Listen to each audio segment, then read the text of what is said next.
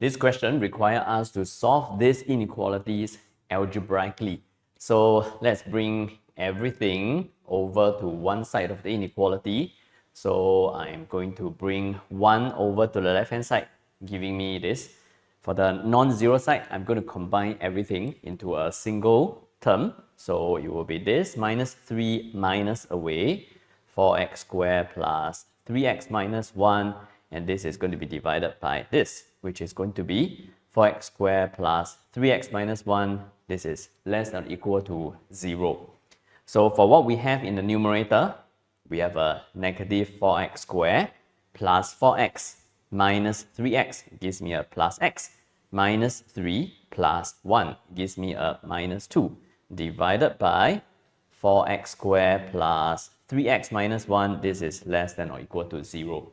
I don't know about you, but I have been making a lot of careless mistakes when I'm dealing with inequalities where the coefficient of the highest power is negative. So because of my fear of careless mistakes, I'm going to multiply this entire inequality by negative 1 just so that I can work with positive coefficient for the highest power, which in our case here is x squared. So this will be 4x squared minus x plus 2. This over 4x squared plus 3x minus 1. This is going to be bigger or equal to 0. Now I'm going to try to factorize the non-zero side into multiples of linear expression. I have no problem with the denominator because for the denominator, it is just going to become a x plus 1, then 4x minus 1. We have a problem with the numerator. The numerator cannot be factorized any further. So what we are going to do is, we're going to do a quick completing square to the numerator, giving us this, then minus away 1 over 8 square plus 31 over 16. And looking at the numerator, it is an expression that is always positive. So since this completed square expression for x minus 1 over 8 square plus 31 over 16 is always positive. So we can safely divide it across the inequality sign, giving us a 1 over this x plus 1, then 4x minus 1, this is bigger or equal to 0. Some people like to write this as strictly bigger than 0, which is true because it is not possible for this to be equal to 0.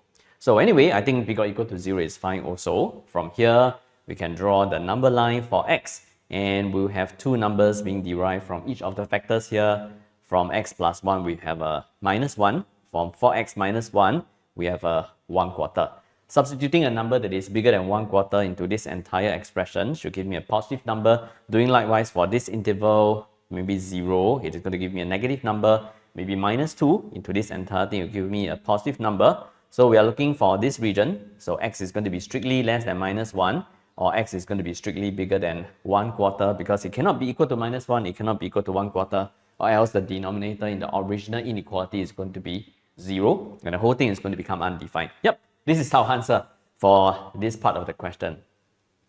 The next part of the question requires us to hence try to solve this other inequality instead, which is going to be 4 ln x minus 3 over 4 times of ln x squared plus 3 ln x minus 1 is less than or equal to 1. So we can definitely take reference from the previous part of the question.